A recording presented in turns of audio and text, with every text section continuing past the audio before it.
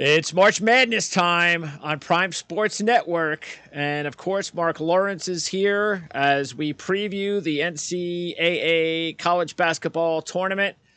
We have a lot to talk about regarding tournament history trends, specific formulas regarding teams to keep an eye on to win the championship.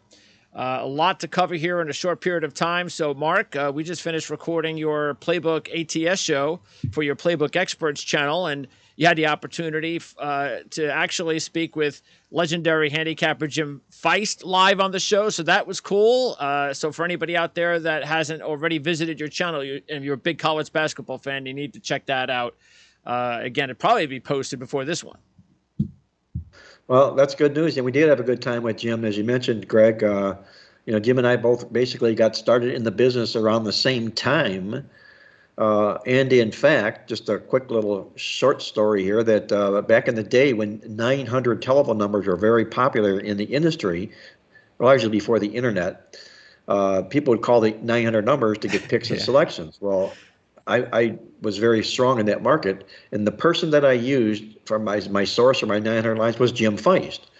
And Jim in Vegas had a network. I mean, his offices were filled with rooms and rooms. There was like 32 rooms with all kinds of people on 900 calls. He even had girls doing 900 chat lines. Why not? Yeah. Those were the days. So, yes, those were the days. Exactly right. But it was nice visiting with Jim. And in fact, I'll just let you know that we are going to be having another live guest on, hopefully by the end of the March Madness tournament, if not for sure for football. A friend of mine, Billy Walters, is very, very well known in the handicapping industry. He's the GOAT when it comes to gambling. And Billy he's wrote a new book. He went away and did a little bit of time, largely because of what the government didn't like, the fact that he was as good as what he was at making his money. But that he used got to be out a early. prerequisite to be a top handicapper. You had to do a little time. Well, and he did. He'd still be in there. President Trump pardoned him before he left. So, yes. So as far as you're concerned, he did one thing right. Anyway, one thing, yes. I'll give him that. But I can tell you, it didn't come. I can assure you, it came at a cost. Of course. I can guarantee. Well, it's politics. Nothing comes cheap. No. Nothing at all. But anyway, Billy's he's agreed to be on our show. We'll talk about the book, and I'll make an announcement on your show and my show when that will happen. All right. So, by the way, of course, I want to remind everybody to go to playbooksports.com and order the March Madness guide. It's available. It's been out since yesterday. So, and it's interesting because, like, when the first four first came out, it was almost like, oh no, now we only have 24 hours to put everything together because the games are going to start on a Tuesday, and then you just realized that as nice as it is that they have these additional games on Tuesday and Wednesday to get you ready for Thursday, even the bracket contests don't even take that into consideration. It's just, those are nice games, but it's not that those teams can't make runs, because we'll get into that. At least one team usually does make a little tiny run, but it is kind of interesting how even though the tournament starts on Thursday, even though the tournament did start last night, it really doesn't start until Thursday. It really does. These are all play-in games. You mentioned that, and the truth of the matter is, two of those first four round games, two teams have actually made it as far as the Elite Eight round of the tournament out of the first four. So, you don't want to discard these teams automatically. There'll be somebody that will make a little bit of a run, more than likely a team that we're familiar with, as opposed to Saint whatever. Yeah, okay? No. Texas A&M Corpus Christi will not be that team. No, we're not talking about the 7 o'clock games. Well, North Southeast Missouri State or those schools, they're gone like already. that. Yeah. Yes. Okay, so let's get started. I tell you what, let's get started with some trends that I have and how I'm going to use them myself. Because I've actually, I put these together years ago, and so now I just update them. I think I put them together about 5 years ago. So, and they come in handy. It's interesting to note that we haven't had a repeat champion since 2007. But what's also interesting is that it's been since 2007, the Florida team, who was the last repeat champion, they were also the last defending champion to make it past the Sweet 16. Yeah, it's very, very difficult for these defending champions, Greg. It looks like they have this bullseye on their back. There's talent. It's also about climbing the mountain again. You know, when you put everything you can into achieving a championship, it's very, very difficult to play to that same level the next year. We see it in football. Teams, how many times do they win back-to-back Super Bowls? It's really basically the same concept here, and it makes it a little bit difficult of a trek for Kansas this year. And I can see Kansas potentially having some problems. I mean, if there is, I mean, I think everybody would St. Mary's or UConn, but I actually even think VCU could be an interesting team. One of those 12-5 matchups that maybe they could give them some problems as well. But I actually think Kansas might be one of those teams that actually makes it past the Sweet 16. And then we talk about the first four. So here it is. 10 teams, and I think it's 11 years, the first four. 10 teams have advanced to the second round. So that's winning 2 games, including Notre Dame last year. VCU and UCLA advanced to the Final Four. Those are the teams you mentioned. So VCU in 2011, UCLA just 2 years ago in 2021. So if that's the case, who is there a team you favor to win that second game? Would it be, Pitt just won last night, so we're recording this before the Wednesday night game, and then you also, which is the Arizona State Nevada matchup.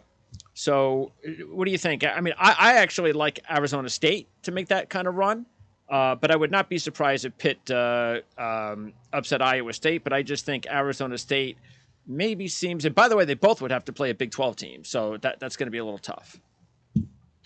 I agree with you. I think those are the 2 teams you have to keep an eye out of the first 4 teams, Arizona State and Pitt. Arizona State played some pretty good basketball this year, especially against good quality opposition. And the thing I like about Pittsburgh is they have, somebody told this to me, and I haven't been able to confirm this, but they have 3 players on their roster that are 24 years of age. That'll help. Yeah, that's very, very a mature, experienced basketball team. And they played quite well that way this year, especially as an underdog. So, if and they'll be dogging up in their game too. So, that could be the team, the Panthers, to watch as well. By the way, speaking of the dogs, Jim mentioned it, and I'm glad he did, because I was looking at the lines, and I'm like, where are the big lines? There weren't big lines anymore in the early rounds. I mean, I'm like, when Eric was doing the NASCAR show, and Eric was talking about, he's a big Indiana guy, and he was talking about the Kent State matchup, because we'll get into them, and I said, oh yeah, so what's the line? And he told me it was 4, and I was like, that's it? That's all? I was hoping to get like 2-1 on the money line, and now it's like 160 maybe if I'm lucky. So I don't know. I mean, and then a lot of other teams. I mean, Charleston. A lot of these teams that you go in thinking Drake. Hey man, Drake against Miami. All right, what am I getting? 5 or 6? Nah, 1, 2. I mean, come on. How am I supposed to make any money off these upsets? I got to wait till the next. Now I got to wait till the next round and hope that, because you know how hard it is that once these double-digit seeds. Not that they can't advance. We'll get into that too. It's very hard when you get these upsets. A lot of times, the next time they play, they get blown out. It just happens a lot. Yeah, it's coming back to the norm factor. But in these first round tournament games, what the March Madness has made its head on is basically these upsets in the first round. It's madness. You find these lower seeded teams from these nondescript conferences pull these upsets on these big conference guys. And back in the day, I'm talking maybe even just 10 years ago, you would take a champion from a conference like that, and you give them 16 or 17 points against the Kentuckys of the basketball world, and what they come out and they pull the upset. If not, they play real close in the basketball game. Now these nondescript conference dogs, they're taking 7 or 8 points in these basketball games. That's crazy. The odds makers knows this. They know exactly what people are into. So it's a case of, and what Jim Feist mentioned on my podcast show, all about the value. Are you getting the value in backing some of these dogs here. So that's the question you absolutely have to ask All yourself. right. Well, I'll make my prediction. I'll say if I have to pick one of those two teams, I'll predict Arizona State will be the first 14 that makes a little bit of a run, and that's the reason is because I believe this is going to be the tournament of the Pac-12. I just really like the Pac-12 this year. I liked a lot of the teams in the Pac-12. I'm going to pick Arizona to make it all the way to the championship game. I think UCLA is they have a shot for the Final Four and the championship. Like I said, I like Arizona State to win a few, and I think USC might be a sleeper too. So I think this could be the year of the Pac-12. What do you think? Because if you look at it, the Pac-12. Let's remember this: they have not won a championship since 1997. Wow, you're going back to the almost, not quite, but almost, the John Wooden days. Yeah, not quite. Not quite, yeah.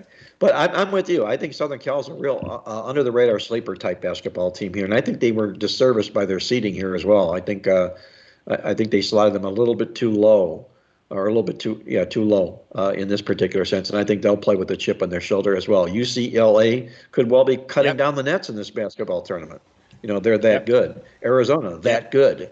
They just beat UCLA. So I'm with you. I think there's some sleeper teams to be found in the Pac-12 this year. Although they didn't only had 5 teams in the tournament, I think there's still some quality in the Pac-12 then next this year, I think it's next year, UCLA and USC, Big Ten. It's like, come on. I mean, how can the Big Ten do? I mean, what are you doing? All right, so let's now talk about the seedings, because how about this? After Oral Roberts upset Ohio State as a 15 seed in 2021, I'm sure people were like, all right, well, that's not going to happen for another 10 years. Well, it happened again last year. St. Peter's over Kentucky. So you've had now 2 straight years of a 15 over a 2. So if I had to ask you, I've already got mine picked out. If I had to ask you, and I don't think you're going to like mine because I'm probably going to tip my hand because I know you really like this too. But which 15 would it be? Run the 15s by me, Greg. I have so many teams that I just put this newsletter together last night. I'll tell you. I'll give you one. Oh, you know it already. Okay. I do know it. Okay, it's our upset play in the tournament guide. Who was that? It's Colgate. Oh wait, that's Colgate. Are they? What seed is Colgate? Playing Texas. Oh, that's right. Texas. Okay. Oh, really? You have Colgate over Texas in an upset. Wow. You have Colgate beating my pick for the national championship. That's embarrassing. Well, all right. Why was that the pick? Well, a couple of reasons here. Number one, Big 12 conference champions are terrible in first round tournament games. I don't know if it's because they spend too much time at the barbecue after the wins. In fact, we have this called out in our newsletter here. There's a real nice situation fading those teams. That's number one against Texas here. Number two, Colgate, this basketball team can play, okay? If you look at the statistics and the ones that count, they rank in the top 10 in 3 of the 5 vital statistical categories does Colgate. Now, I know they went up against lesser opposition, but they still rank in the top 10. This team is very, very good defensively, and they're very, very strong offensively here. They've got everything you want in a basketball team to pull an upset here. And, I would just love to see the interview after this basketball game when Texas walks off the floor deflated, as they well could be, because remember, they pulled an upset and they beat Kansas in this basketball to win the Big 12 tournament here. So they're going to be as sky high as they possibly can with heads that might not be able to get out of the locker room here. This is a great spot, I think, for Colgate to, if not upset, to scare the death out of Texas. Okay, sounds good. You'll probably scare the death out of me then. But I'll get my revenge because I know how much you like Marquette, and I'll take Vermont. And yeah, and the reason is a couple of reasons. One, because of the fact that, like I said, and I'll get to this in a little bit because I kind of like USC, but also I'm just saying if I was going to pick one, I'm not saying I'm predicting this is going to happen. But Vermont does have they're a very veteran team. I think they have like their top 5 or 6 players are seniors. That's always something you want to look for, and they've been around so long and have been in this position for so long, but they haven't had that. I don't even know if they've ever won a game I can't recall when they've won their tournament game. So maybe they're overdue to finally, have their Cinderella moment. I liked them in this game. We played them taking the points against Marquette in this Okay. contest here. Again, another 15 and another Yeah. 2. Marquette could be a little bit overrated here. I mean, they were a nice team all year long, but suddenly 2 is a powerful seed. Yes, it Okay, is. I'm not saying that they're not deserving, but I think there's some other teams that could well have been the 2 ahead of Marquette. But the fact of the matter is, you're talking about a Vermont basketball team here that brings a lot to the Yes. table in this contest here. If you take a look at, I'm looking at my playbook newsletter or the tournament guide here, and they're very, very good at protecting the basketball. They do not turn the ball over very much at all. So you like teams that are big dogs that won't defeat themselves in a contest like Yes. this. Yep. To begin with for openers here. And they've also have some experience in this basketball tournament here as well. I think they have the makings plus the points to play a really solid basketball game against Yeah, Marquette. and also let's keep in mind Marquette last year lost in the first round. They lost to North Carolina There you though, go. but they lost in the first round. They're unlike Vermont. They're an inexperienced team. I'm not even sure they have a senior as far as their top players on the roster. Their top rotation players. So we always talk about that. Now they got the coach, Shaka Smart, but again, Shaka, it's been a while since Shaka's had that's why he left Texas. Just didn't work out there. So maybe this is the year he finally gets back to making a run. But, that's just a few reasons to bring up for a potential crazy upset. All right. Shaka Smart has lost 6 straight opening round games in the tournament, Oh, by the way. Yes. interesting. 6 straight. Yeah. Even more enticing to maybe make a Vermont money line play. Okay, sounds good. How about this? At least one double-digit seed has advanced to the Sweet 16 in 35 of the last 37 years, including 4 last year. That's right, 4 last year. Miami, Iowa State, Michigan, and St. Peter's all advanced to the Sweet 16 as double-digit seeds. So you want to definitely keep an eye on those double-digit seeds. How about sticking with sort of double-digit seeds? Let's go with an 11 seed. At least one 11 seed has advanced to the Sweet 16 in the last 8 tournaments, including 2 last year, Iowa State and Michigan. 3 advanced to the Elite 8 and 2 to the Final 4. So that's an 11 seed. And that's partly of what we're talking about with those first 4 teams, because the first 4 teams are 11 seeds. So that's why sometimes it's those teams and sometimes it's others. But not a double-digit seed. I'm gonna ask you to predict this though. 7 seed or higher has reached the Final 4 in 8 of the last 9 tournaments, with 11 making it the last 11 years, including North Carolina last year as an 8 seed. So the question is, pick a 7 seed or higher to make the Final 4. Well, I was kind of focusing on the You can do 11 that. seed You can in start with particular. that. Yeah, but I'm not going to say they're going to Sure. make the Final 4. But the 11 seed that I like on the card is NC State against Creighton. Okay. The world loves Creighton. All the wise guys in Vegas are all over Creighton, a basketball team that was expected to win their conference. They were a preseason top 10 team. They hit a wall. They didn't play well. But NC State comes in here off of a miserable big loss in their last basketball game, and they're playing some really good basketball until then. I think there's a lot of value there in that. So we're looking for a 7 seed or higher that could possibly crash the party or make the Final 4 or the Final 4. 7 seed or higher. 7 seed or higher. Okay, I'm spinning through the playbook. Oh, and by the way, guide. regarding your NC State pick, how about this? Because this is important. Is that if you look at it, last 3 losses, because it did lose 3 out of the last 4. One was against Duke on the road, which is going to happen. The other 2, it was not just the blowout loss to Clemson in the tournament. It was the blowout loss at home to Clemson before that. So that, and then if you take a look at the matchup at Clemson in late December, a blowout. So NC State just did not match up for whatever reason against Clemson. So don't poo-poo them for getting blown out by Clemson. That was just a bad matchup for whatever reason. Okay, so as far as that 7th seed goes, and those are wise words you just said too, by the way. As far as that 7th seed goes, I would put 2 teams that I'd be looking at. One would possibly be West Virginia. Okay. Bob Huggins basketball team who I was reading, this might well be his last year. He's just absolutely fed up with this transfer portal garbage that's going on here, and he's had enough of it. So, I mean, if he tells his players, this is going to be it for me, that could be additive incentive. Okay, but that was a possibility. But I'm going to give you an even longer shot, and people are going to say, where on earth did that come from? What was it? Was it an Aaron Rodgers mushroom that you were eating when you're talking about a team like this? But I'm going to call Drake the Bulldogs. There you go. Okay. The Drake Bulldogs, a 12 seed over a 5. 12s are really good over 5s anyway. My Drake. Okay. Yes. There you go. What I but wait really, a second. really You're talking like about all the way to the Final Four. Well, you said somebody is 7 or higher, yes. Right? There you go. Okay. So we want headline making teams. Yes. Okay. Okay.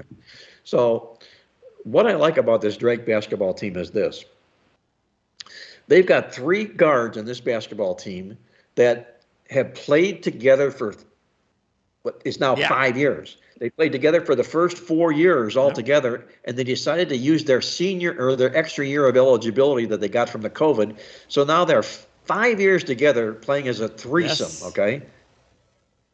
And look at their stats, what they did this year. I outlined this in our this year together, the 3 of these guys, they averaged 42 points a game. They averaged 16 and a half rebounds a game and 8 assists per game. These guys are the real deal. And by the way, it's not even their top scorer. That's what's so great about it, is the top scorer, who's the coach's son, is the guy who averages 18 points a game. There you go. And you got these 3 worker bees, if you will, around him. Okay. Yeah, I think they've got the makings here to do all this. And there was a thing here we also mentioned about their head coach is Darius DeVry. He's 10-2 straight up and against the spread, what we call between the fours, when the spread's between the fours on a neutral court, which is why I think they get past Miami in this basketball game. And they had a real nice basketball season this year, Drake did. They didn't get a lot of credit for it with a 12 seed. I thought they were a little bit short of there that way. So I'm going to look for Drake to make some noise in this tournament. Every year when the brackets come together, I always get screwed one way or another, where it could be that I have, going in, I've got 3 or 4 bracket busters, and okay, we're going to see what happens. And then a lot of times they'll be matched up with 3 or 4 teams that I'm picking to go to the Final Four or something. It's like, oh, come on, how could you do that? That's my bracket buster, and you're putting them with a team I like. And then this year's big screw was my 2 of my top bracket busters, Drake and Kent State. And if they win their first round games, they play each other. It's like, come on, you had to do that? Well, what do you do? What do you get there? Okay, you get one of your teams in the Sweet 16. You do, yes. Okay? Which wouldn't be a bad idea to guarantee. which I'll probably do, is maybe see if I can get a good wager on both Drake and Kent State, put both money on the money lines for them, one of those 2 teams to make it to the Sweet 16. Yeah. Exactly. You get one win out of either one this weekend, you get a winner. So so I think both Drake and Kent State could be those types of teams that could make a run. By the way, West Virginia, their top 6 scorers, all seniors. So how about that? So all right, next up, and by the way, my over 7 seed, there were 2 teams. One is FAU that I was thinking about. But, Memphis, first game is a real tough one. Then they'd have to play Purdue. Then they'd have to play potentially Duke. I mean, it's just a really tough. So I figured, you know what, let me go the safer route, go USC, because they can knock off Marquette that they play them. We talked about Marquette's situation. So that's why USC would be my over 7 seed, or 7 seed or over to make it to the Final Four. So, all right. Next up. Let's see. How about this? The last time a 4 seed or higher won the national championship was the same Arizona team that was the last Pac-12 team to win the national championship back in 1997 as a 4 seed. or higher, and they were a 4 seed. That's surprising. What is that? You're talking 07, 15, 25, almost 25 years that a 4 seed or higher has won the national championship. Yeah, that's been a long time between drinks of water, to say the least. That's why when you're filling out brackets, it's really kind of vitally important if you want to be around in the end to focus on those top 3 seeds. To get you there because of what you just mentioned here. But that is a little bit surprising.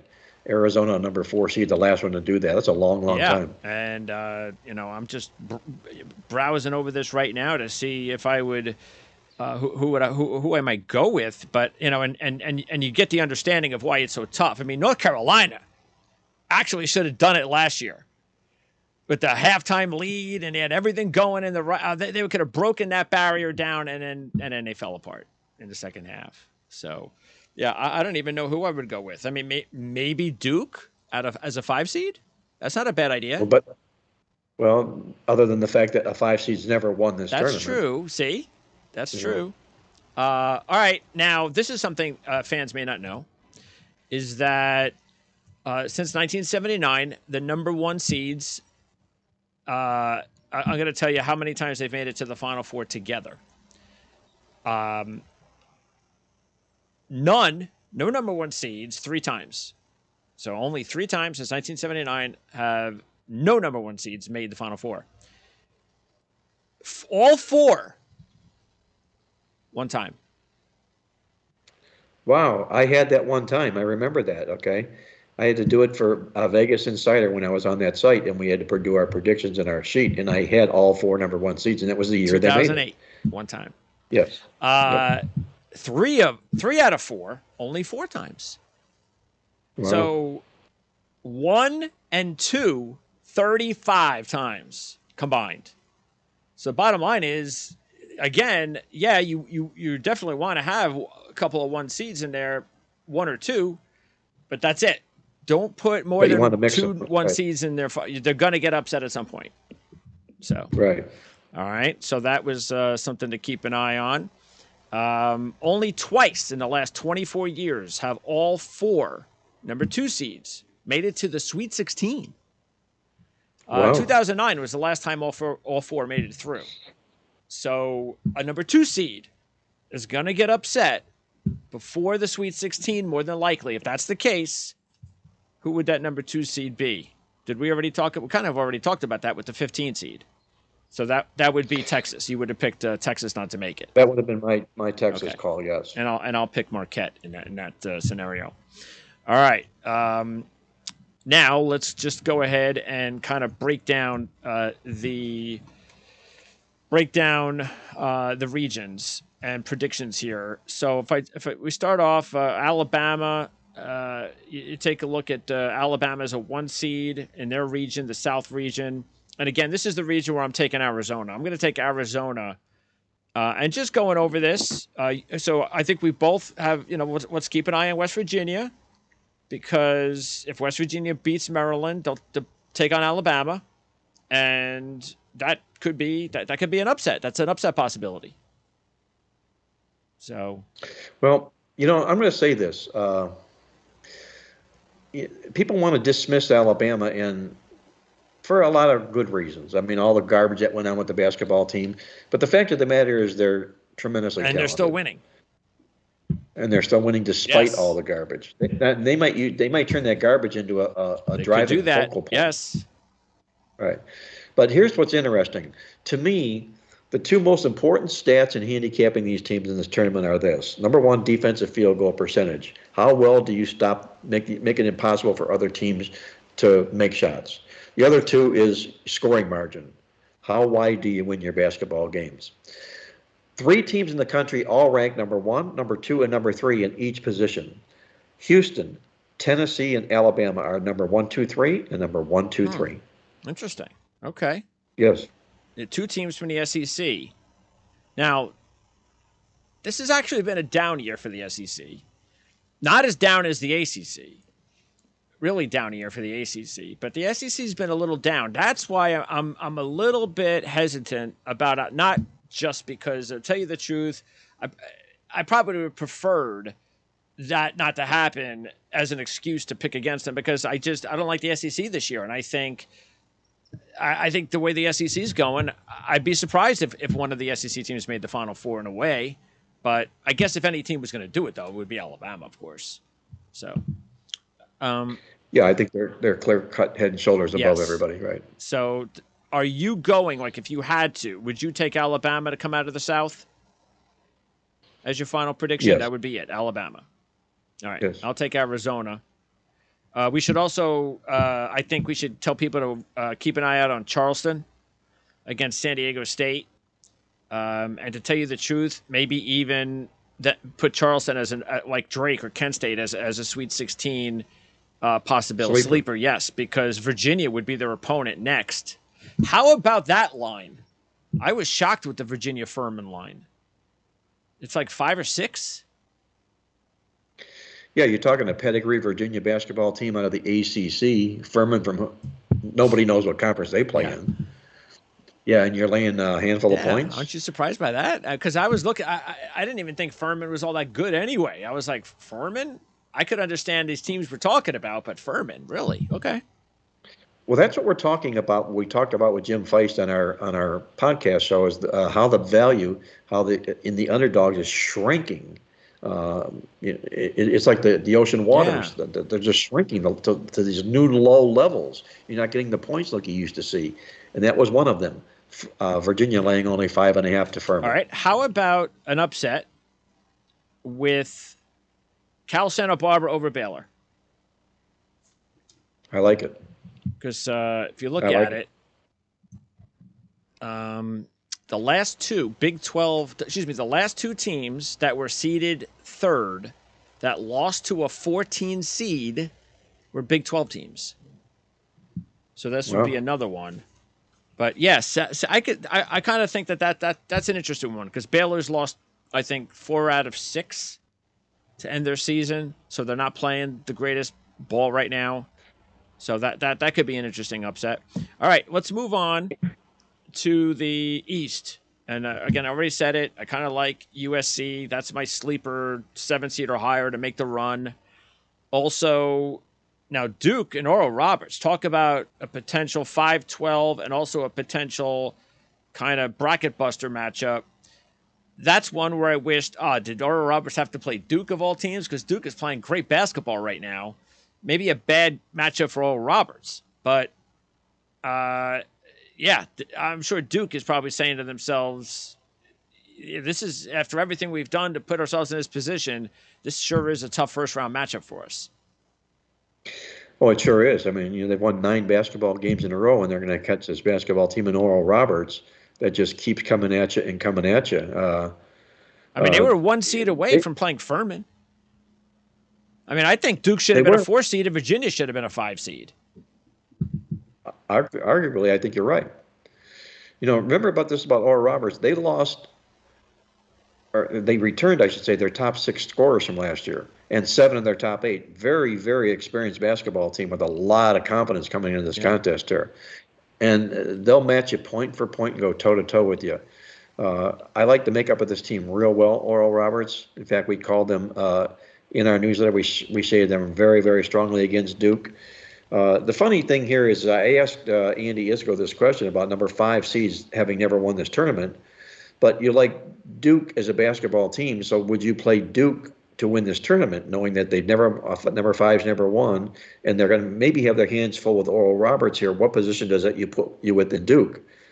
And his answer was really simply that if you like Duke, you play Duke. Pretty much. Right. Sooner or later, a 5 seed is going to win. But hey, like we said, it hasn't happened in a while. So, all right. And then you have Florida Atlantic, Memphis. Oh, by the way, Greg, I'm sorry. Oral Roberts an 18-game win streak coming into this tournament. Even better. Yeah, they're smoking. But I'm sorry, go ahead. Memphis and Florida Atlantic. Now, I think if you want proof of how, and I wouldn't want you to watch the video I made because I know you wouldn't have had time to do it anyway this past weekend, but after Rutgers got bounced from the tournament, I let frustrations abound about 5 years of being a nice guy on the air. I I even had my monetization taken away from me, half of it, because of my language. So I wasn't very Oh, happy really? about how Rutgers got eliminated from the tournament. Um, I can go over and over. I won't. You can check out the video. I think the basic thing, just the simplest matchup for me was how did Penn State get in and Rutgers didn't when Rutgers beat him twice. That just infuriated me without question. But anyway, I bring that up. Uh, you look at this Florida Atlantic Memphis matchup, and the reason I brought it up is because Memphis blew out Houston in the championship game. And one of the things that I talked about was, well, these guys, and they've kind of talked about it, people know it, they don't care about the tournaments. They don't. They don't care about, unless you get the automatic bid and steal it, they don't care. They're in the rooms, they're doing their other seedings and placements. They don't pay attention. If you haven't made your case by the time the tournament comes, they're not going to care. They're not going to do anything about it. And I think this is further proof. How you put Houston as a 1 seed after they got destroyed on Sunday to Memphis just tells you they don't care. They just don't care about those matchups. And I think, but anyway, that was surprising, wasn't it? And now Memphis, that's the opponent for Florida Atlantic. I mean, that's got to be a kind of a pet darling for a lot of fans. Florida Atlantic, who had to kind of blow out UAB. UAB, I believe, weren't they like a 1 point favorite or a 1 point dog in that championship game to FAU? So a lot of people actually thought UAB was going to beat FAU.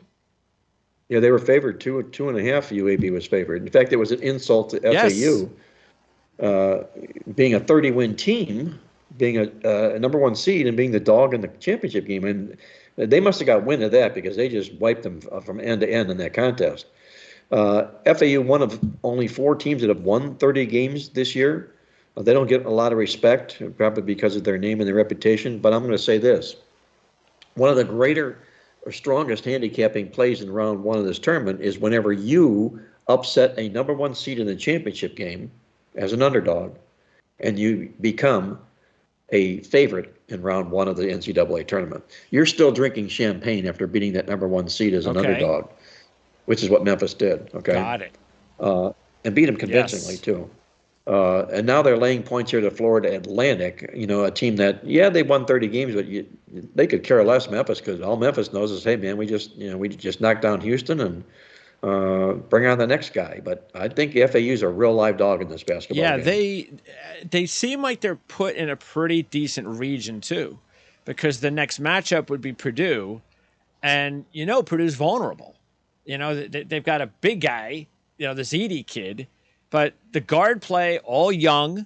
That's the Achilles heel. Everybody's been saying it for the past couple of months that they're going to be they might not fare well in the tournament because of the way they play. They're a regular season team. They're not built for the tournament. So that might be a good spot for FAU, especially if Oral Roberts were to upset Duke. I mean, that could be you could see FAU make a run. You could. They were a team that I thought long and hard about pondering about a basketball team that could make the Sweet 16. Because in our newsletter here, we have them beating Memphis in this first round game. So if they can beat Memphis, what's to say they can't win another game and make it to the Sweet 16? All right. And then you guys had your game of the week, and you can check out their blow-by-blow Kentucky and Providence on their show, Playbook Experts. Why did you make the Kentucky-Providence matchup your game of the week? Well, number one, a lot of the college basketball world loves Kentucky. For right reasons or wrong reasons, Kentucky is a very popular team. Number two. You mean overall or this year? Okay. Overall, I mean, the success that they've met with John Calipari and so forth, yada, yada, yada. Number two, I'm a big Ed Cooley fan from Providence. I think he's a really, really good coach, really, really great underdog, so we can make a lot of cases for Providence in that basketball game. Remember, Kentucky lost to St. Peter's last year in the first round. Yes. And it was only 2 years ago, they only won 9 games, Kentucky did. This basketball program is not what it used to be. Calipari's witnessing that. They were up and down all year long this year. Even when they had their ups, they couldn't sustain it. So I think this is a good spot here for Providence to maybe expose Kentucky for what they are. Okay. And again, another reason why, because even Kansas State, You know, they've had some good runs. They've had some, blowout losses in their own really tough conference, but they have what it takes to make a run, Kansas State. But it's not like this is a team that's used to being in the tournament, a program that's used to making runs. It's a good program, but nowhere near Kansas. So what I'm getting at is, again, I think this is a region where if you wanted to take a chance at an FAU or a USC or another team that is an unlikely, maybe Providence, then I think this is a good region to do it. Well, I think so too. Especially these teams that feel like they were slighted in their seeding, like Southern Cal, 10 seed. Come on, Yeah, what is Michigan State doing as a 7 seed, by the way? Tell me. I heard that, and then Rutgers didn't even make the tournament. They're not even hardly better than Rutgers, and they're a 7 seed, and we're out. And they should be thrilled they're in here, let alone a 7 seed. You know what I mean? Yeah, I couldn't figure it. And in fact, when we were doing the write-up on the game, the history, the Tom Izzo, the love affair I have with him and all that, I wanted to make their case, but I just couldn't. I just couldn't. Because Southern Cal is the better basketball team. Yep. And I feel that they're slighted coming into the contest. Okay. So in this region, though, like I said, this is where I have my upset. I'm having USC. If I didn't do the upset in this region, you know what? I might actually go with Duke to make it to the Final Four if I didn't go with an upset here. The funny thing is I played Duke in a future to win this thing at a great price about a month ago. And I don't like maybe this number 5 seed thing and all that crap going on with them, but they're still a quality basketball team with a lot of talent. And this team that John Shire inherited from Coach K are Coach K's players. So there's a lot of talent. When you started talking about Duke, that was before they really got on a roll.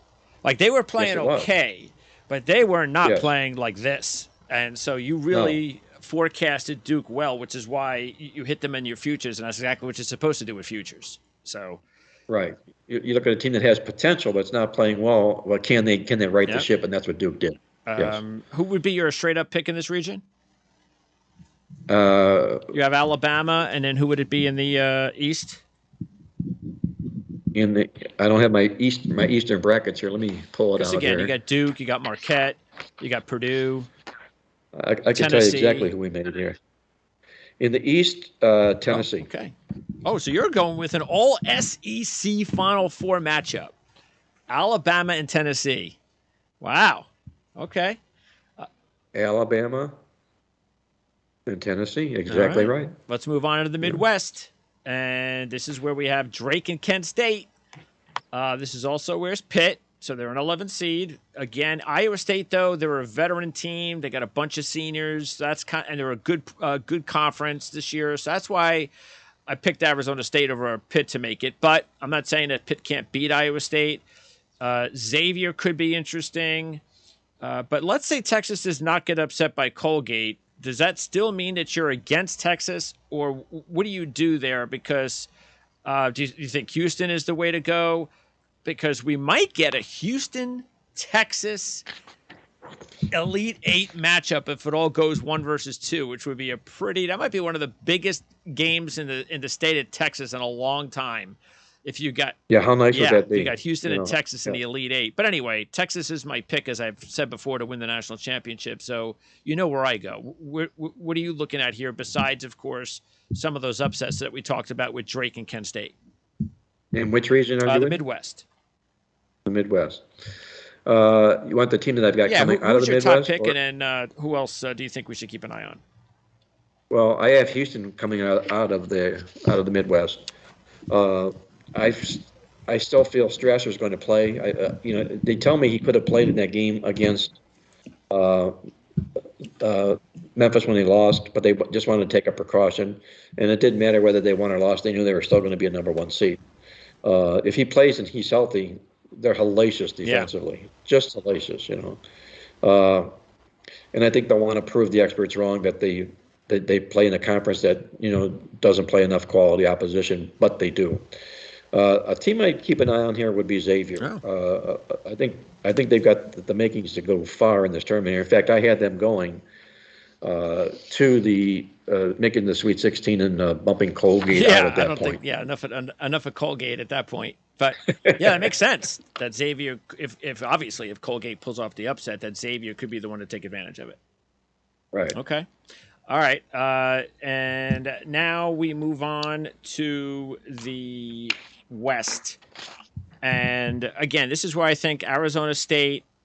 I'm actually gonna again because I'm gonna be a big Pac-12 guy this tournament. I'm gonna say Arizona State pulls off the upset over Gonzaga, and will face UCLA in an all Pac-12 Sweet 16 matchup. And then VCU is my bracket buster in this region. I'm gonna have VCU because I think Iona could be tricky against UConn. You got to be wary of Rick Pitino. And I don't know, St. Mary's, those losses to Gonzaga, especially in the championship game, those are ugly. That's not good for their confidence. But anything could actually happen, to tell you the truth, and that little foursome there, especially with St. Mary's, VCU, and UConn. Well, I've got UConn winning this region here, and I got them beating UCLA to do just that. Like it. Yeah, that would be a pretty nice showdown, if you will, in an Elite Eight matchup between those two basketball teams. Well, that's a 4 seed too, by the way. So there you go. Yes. That's a 4 seed. On top of it. Yep. I had UConn taking Kansas out, and I had UCLA taking Gonzaga out. Okay. So, the truth of the matter is, I think the West region is the most difficult region of all. There's so many good teams in this region here. You got the defending national champion, yep. And just a lot to like about this region here. UCLA, Gonzaga. UCLA could well have been a number one seed. You know what I mean? And Gonzaga really came on in the end when they looked like they were slipped the cotter pin, but they're playing some pretty good basketball down the stretch as well, and they've been here and done that. So I think they'll make a good showing for themselves as well. Okay, and then before I ask you for I already said Texas, Arizona, with Texas as the champ. Before I get your pick, I want to go over what we talked about last year, and these are your 8 elite elements. These are very, very important when you're trying to decide national championship teams, because obviously I looked at it and my Texas or even my Arizona not on the list. So I said, okay, if they're not on the list, then I have to have a backup plan. My backup plan was UCLA. So that's why, because I could definitely see them winning the national championship. Again, I'm going Pac-12 this year. And what is this list? So talk a little bit about what this list is and how important it is when you're trying to decide who wins the national championship. Well, the Elite Eight elements, which have produced the champion 19 out of the last 20 years, okay? We'll walk them down in order. First of all, you got to be a 1, 2, or 3 seed from a major conference, because it's not likely anybody else is going to. Yeah, we just talked about it. Yeah, if you're a 4 seed and you win or higher, then that's something that hasn't happened in a long time. Yeah. You have to average more than 73 points a game. You have to allow less than 73 points a game. Play some pretty decent offense. Play some pretty good defense. You had to have a average scoring margin of 7 or more points per game. You win your games by a net of 7 or more points per game, which is a huge statistic. You have to face the top 75 schedule overall. You have to have a head coach with 6 or more NCAA tournament appearances, and at least 1 Elite Eight appearance. So you've got some veteranous experience to a coach here. And they had to either be in the NCAA last year or they have an All-American player. The reasons that your Arizona is not here and the reason your Texas is not here is because of the coach. Okay, that's purely they didn't check that box. The 6 teams that did check the box this year are Gonzaga, Houston, Kansas, Marquette, Purdue, and UCLA. And 3 of those teams are in the West. Yes, that's how strong that West is. Exactly. So there you go. And only loss was the program that you picked to make the Final Four. UConn. From the West. From the West. There you go. So look out, West. Yeah. So it makes an awful lot of sense. That's why this data is just awesome. Especially, I always like those aha moments when you put the data together and you go, "Oh, I only got 2 more to go. Is it going to fit? Is it going to fit? And then you go, it fit. I've got my teams, or I got my team, or I got my pick over this team because of these trends. And it's so fun putting all that data together. That's how I felt when I put these Elite Eight elements together here, and I'm putting them together. I'm saying, okay, it looks like we're going to have a pretty good field here. We're going to have a pretty good field, and I was thinking Arizona was going to be in there, but all of a sudden the coach didn't check that box. And Texas, unfortunately, made the coaching. If Beard was still there, they'd be in there. You know what I mean? Yeah, and who knows? Because if they might turn out to be what Michigan was when Michigan won the national. Steve Fisher might be able to pull off that kind of run. And then also when you look at Arizona's lack of experience in the tournament with their head coach, even though he has a lack of experience, who knows? Maybe in 5 or 10 years, we're going to be talking about him as one of the great coaches in the game because he's gotten off to an incredible start the first 2 years. Exactly. So, but, he hasn't had a run yet. So all that stuff is important. All right. So again, the guide is available at playbooksports.com. How much is it, Mark? It's $29, the best $29 you'll invest in the NCAA basketball tournament. Covers every game from now through Sunday with a look ahead at the extra rounds coming up, the Sweet 16, the Elite Eight, all the way down to the championship round. It's all inclusive inside of that guide. Or if you want it, we also publish a Sweet 16 guide the week after this. You can order the two of them combined for $39, and you can save yourself $19 by doing that. So okay. The extra $10 gets you the Sweet 16 guide, right? So all available at playbooksports.com. Excellent. All right, Mark. Looking forward to talking Sweet 16 next week. Matter of fact, you're going to have a special guest on your next two shows on Playbook Experts. But next week will be specifically more tailored towards college basketball, even though there'll be a little horse racing sprinkled in. When Chad Summers makes his appearance on your show. Nice. Yes. So Chad, I know Chad's a big college basketball fan. He's a Kentucky fan. Yes. Oh, he is. I think he went to Kentucky. Oh, he's not going to I think he's a Kentucky grad. Oh, he's a horse racing guy. He's got to be from Kentucky. Well, if I'm right about this week, he might not. He might be a no-show. He might not be in a good mood. Yeah. Right. So Chad Summers will be on. Of course, Chad is with us every Thursday for our horse racing show with John Hardoon, who will be your guest in a couple of weeks because there are some really big Kentucky Derby prep races coming up, I believe, early April. That Saturday that he'll be on in a couple of Wednesdays. The Florida Derby will be on the week he's on, right? And exactly. When was the last time you went to a Florida Derby? I went there about 3 years ago. I had a great time. I mean, we just had a terrific time. We got some really nice seats in a real nice reserved room, and had some friends come in from Vegas, and we just did it up right and had a real good time. So it should be fun as always. The Kentucky Derby Trail and so forth. So that's coming up over the next couple of weeks on your show. And again, you'll be on this show again to talk Sweet 16 next week. Can't wait to do that. But again, you have to purchase the guide, the March Madness guide from playbooksports.com. If you are a serious bracket fan or you want to make money on your brackets, you can't do without it. Absolutely can't. And that Elite Eight element, I mean, that's just like 5 or 2% of the entire guide. So just imagine what else is in the guide. That's important stuff. Mark, appreciate it. We'll talk to you again next week. Hey, my pleasure. As always, Greg. Be well, stay safe, and I'll catch you next week.